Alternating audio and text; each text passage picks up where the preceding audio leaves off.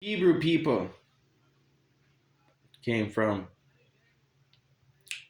Ethiopia originally, based on history books and some religious texts, my interpretation of religious texts, and based on religious books. The Hebrew people were originally known as the Abyssinians, who left Ethiopia and did, in fact, walk across the desert for 40 years until they found Israel. But on the way, they were enslaved by other people known as the pharaohs of Egypt. And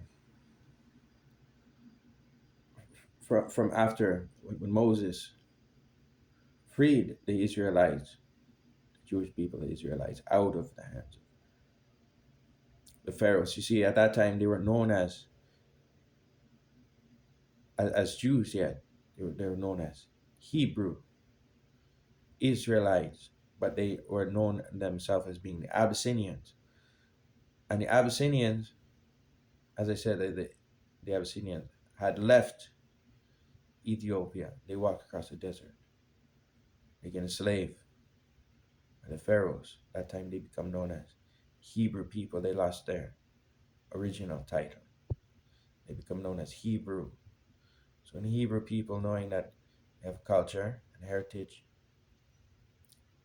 and after Moses freed the Hebrew people out of the hands of the Pharaoh, the Jews did in fact walk across the desert 40 years till they reached what is known now as the land of Israel. They had to cross the Jordan River. And on the other side of Jordan River, after they crossed the desert, they crossed the Jordan River. And on the other side of the Jordan River was Israel. And that being the promised land.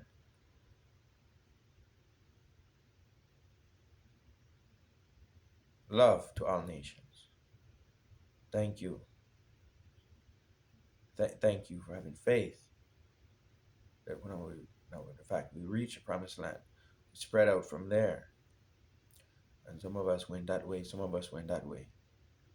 But the fact is that the Hebrew people were known as the Abyssinians before they became known as Hebrew. And then they became known as Jewish.